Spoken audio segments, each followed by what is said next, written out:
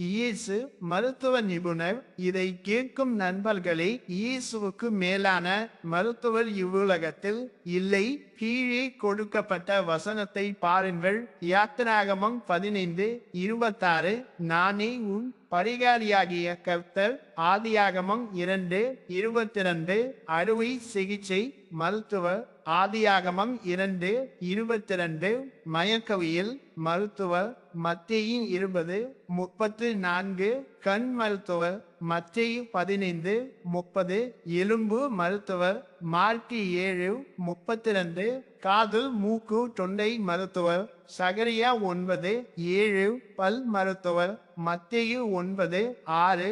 நரம்பியல் மருத்துவர். எசேக்கியேல் 36:26. இருதய நோய் மருத்துவர். மத்தேயு 8:3. தோல் மருத்துவர். லூக்கா 14:2. சிறுநீரக மருத்துவர்.